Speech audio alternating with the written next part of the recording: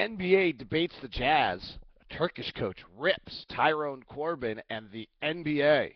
James Harden's deal, Eastern Conference predictions, the impact of Dwight Howard, and Hakeem Olajuwon as a big man coach. It's all up on an NBA-centric on August 21st tip-off. Boom, boom, boom, boom, boom, boom, boom. Had a wonderful night at the Bees game last night. Boom, boom, boom, boom, boom. Seriously, is there any better place to just go hang out and have a good time? Boom, boom, boom, boom, boom, boom, boom. We had the book club meeting. Have you heard about the book club? Boom, boom, boom, boom, boom, boom, boom, boom. It is the Park City Book Club that I'm a part of. And the great story, one of the guys' wives left for the third book club of a week. This was many years back, and he sent out an email that was like, okay, this is garbage. How does she get to do this? And in turn, he built the Park City Men's Book Club. I strongly suggest it to all of you. Our only reading is the February Sports Illustrated edition. So I would suggest it. We got together, went to the Bees game together, had just a great time. Just what a location and a spot, and the weather was super. It was great. So thanks to all the people, Brenda and the concession stand, the various crew that helped us out. It was great. We had a wonderful time. I launched something yesterday that I think is going to continue. Hey, look, it's... My wife and I always play a game where anytime somebody's wearing a pro sports jersey, not at a stadium, we debated for a long time last night whether going to the grocery store on game day counts to fit this. I think probably not. There's obviously extenuating circumstances. But anyway, I always just find it funky on a Wednesday afternoon when somebody's wearing their, like, whatever jersey. Like, that was their choice on that day. They're wearing their team sweater. I love the support, but it's become a game between my wife and I, where every time I see someone, hey, look, it's Manu Ginobili, and then she's like, screw you, and she does it back. So I thought I'd bring it to you guys. I haven't quite figured out what the point of Instagram is.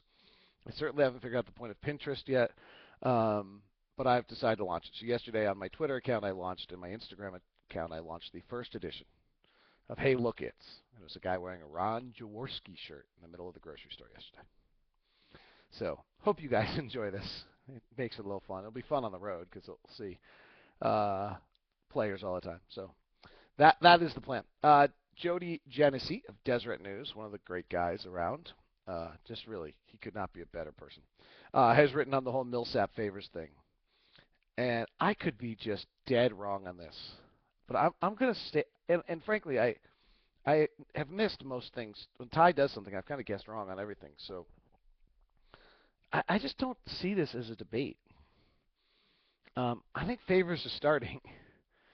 Maybe the debate is who he's starting with, and injuries often will take care of these things. So maybe it's all much to do about nothing. But Favors is going to start. Fact of the matter is, Tyrone tried to start Favors last year. So I can't imagine a scenario where Favors comes into camp less ready. He wasn't in great shape last year. He's going to be in better shape this year. He's learned from that. I don't see any scenario here where Favors doesn't start. I mean, I feel like Ty's tried to do it already. Ty, in the final playoff game of the year, bumped Millsap out of the starting lineup as a power forward and put him in as a small forward. So I get, we'll discuss it, and I'm sure we'll discuss it ad nauseum in training camp, and I'm sure we'll freak out when the first starting lineup comes in, and maybe somebody, if I incorrectly announce the first starting lineup off the game notes, maybe somebody can call the vice president of communications of our organization and demand that I get fired. I mean, I don't know. But I think that I'm just not sure this is going to be a huge issue. I really don't. I think the issue is going to be, how does Millsap get his minutes, and if Kanter's ready to demand minutes, how does he get minutes? And then if Millsap's taking minutes to 3, which I think he is, then that has a slide down effect of whether Burks is demanding minutes at the 2 and whether Foy can play the 1. Those are going to be the issues. But the Favors Millsap starting thing, I actually don't think will be an issue. But we'll see. How about this? Out of ball in Europe, which is either an article or blog. I tried to look up, figured out what it is. The Turkish coach, Tanjevic, on Enes Kanter, not playing on the national team in 2012 for Turkey. Kanter stayed in the U.S., worked out in Santa Barbara. Last time I was at the practice facility, he was working out there. He is a great talent. We miss him a lot. He decided not to join us, but honestly, he needs us more than we need him. He has not played or trained with us in the past 3 years. Without Kanter, it'll be more difficult, but I think we'll be able to get into Eurobasketball 2013. Remember, this Turkish national team is the whole thing that Memo stayed away from, that Kanter actually tried to avoid and ended up getting him in trouble with the NCAA, even though he never took money, just because he got free housing. So there's always been a funky relationship with the Turks and the national team. Tanjevic continues and says, I'm not surprised at all. America is the perfect place to lose your head. Firstly, because the coaches there do not understand. In the NBA, there are just 3 or 4 coaches who've been there for 100 years making billions and winning trophies. Others are weak, including Utah Jazz head coach Tyrone Corbin. I should have told him that I was going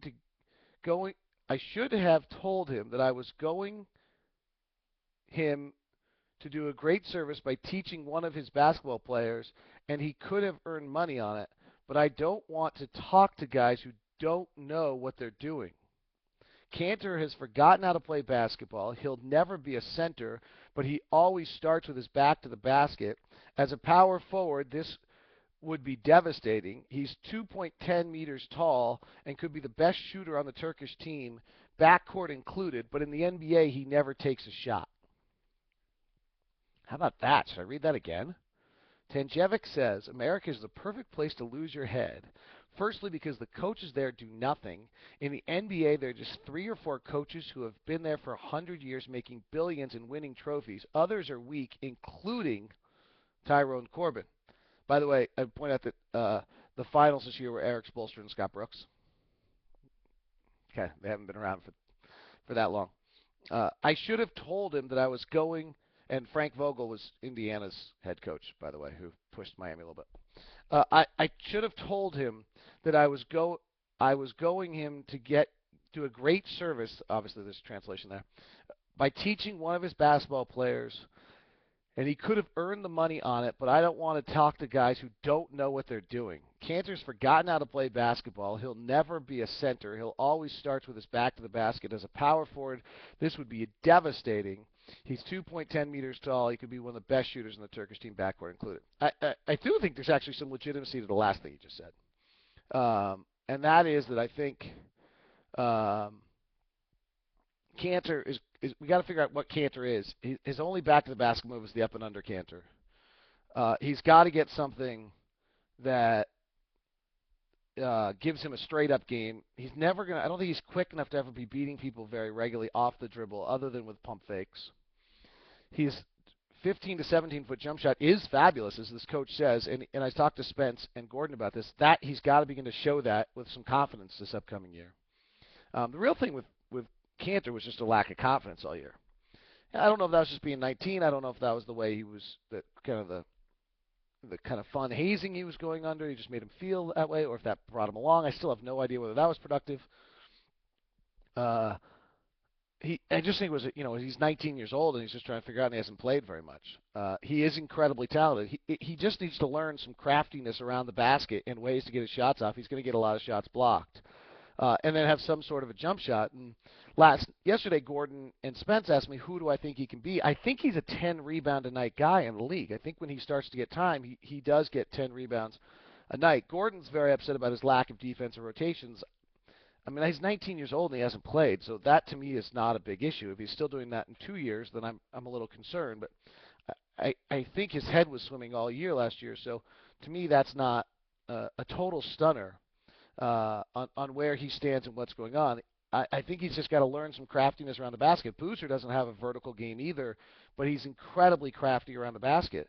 I do think if he can learn that, he could be Carlos Boozer. The other guys I mentioned were Charles Oakley, if he's tough enough, and Dale Davis.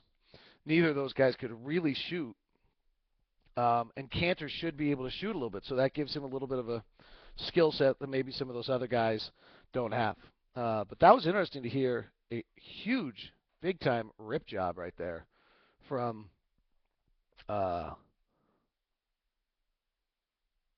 from a coach the way you did right there. Yesterday, I talked a little bit about James Harden. Two things. One, the move by Oklahoma City was great. I mean, to get Oklahoma, I think everyone kind of, what does it mean to Harden? Well, Oklahoma City got Ibaka signed, and I think that's fabulous. My expectation is that Oklahoma City will trade Ibaka for what his salary is today, because otherwise they get up to about $75 million in 2013-14, still having to fill out 4 more players, which even at the minimum takes them up to near 80, and $77 million for 14-15, which again gets them. And so, even if they just fill out their roster with a minimum, they're pushing $80 million for 2 years, and with the tax bill, they're over probably another 10 or 12 million worth of tax. Zach Lowe, who does great work at SI, did a whole breakdown on this. And I just don't see Oklahoma City paying that tax. Maybe if they think they can win a title for a year or two, they do the math and they decide that's worth it. But it can't be lasting, and so they've got to bail out of it at some point. And I would suspect that they try to move Harden right now for a younger piece that fits the dollar figure that they're looking for. And maybe to some extent, are you willing to trade? Do they like Kanter? And does Kanter replace Kendrick Perkins? It's actually a fairly good comparison maybe for him. So we'll see that. Interesting piece done also by the guys at Forum Blue and Gold, who do a very good blog. And basically, they did a whole thing on Dwight Howard and tried to figure out what Howard does in the post. And he posts up 57% of his plays. He just plays back to the basket. And for as much as he's been criticized for his lack of development, he's still pretty good. His quickness, his strength, his just pure kind of size is so good in those circumstances and that's really where Bynum worked also. So this won't change them a great deal, that they were able to do stuff at a high level.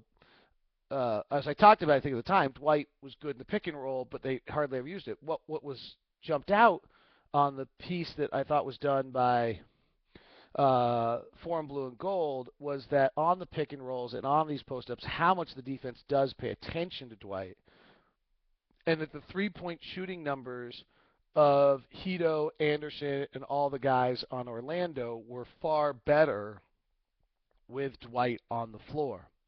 And it was a really well done piece. These guys really do terrific job. So it's at Forum Blue and Gold, and it's worth reading and picking up on.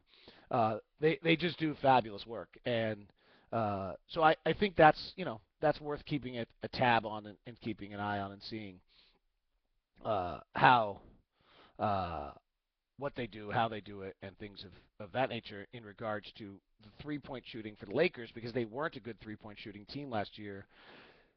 And I'm not sure they have three-point shooters that are going to improve a great deal just because Dwight Howard's on the floor, but we'll keep an eye on that. Final one, both JaVale McGee and Amari Stoudemire have gone and spent time with Hakeem Olajuwon as a big man coach. And it will be interesting. A lot of people have done this, and I'm trying to go back and think if anybody's gotten better. And I'm not entirely sure. We'll see. I mean, just let's remember it. Amari and McGee both went and did it this year, and we'll see whether they get better. And the final one, Brandon Doolittle of Basketball Prospectus did an interesting piece on the Eastern Conference and has Atlanta as projected the number 2 team in the East after unloading Joe Johnson, Marvin Williams. And really his point is that everybody in the East got worse except for Miami. The Knicks are. Here's how he has the East projected in the work they've done. Miami is 1 at 61 wins. No one gets closer to 12 wins than them. Atlanta is 2, followed by the Knicks, virtually the same record, Boston is 4. Chicago, with Rose out half the season, is 5. Indiana is 6, which is surprising me because I would have thought they would have been higher at number 2. Brooklyn is just 7.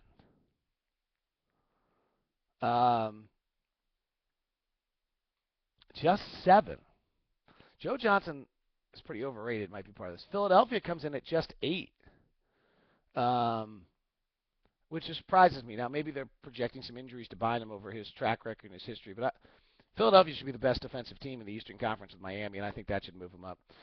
Valanciunas' impact puts Toronto at 9, which I find hard to believe after watching Valanciunas. And remember, Milwaukee's got Monte Ellis and Brandon Jennings together, which would be surprising. Then Detroit, Cleveland, Washington, Orlando, and Charlotte. Charlotte's supposed to be terrible. So, again, I thought it was interesting they'd have Atlanta at number 2.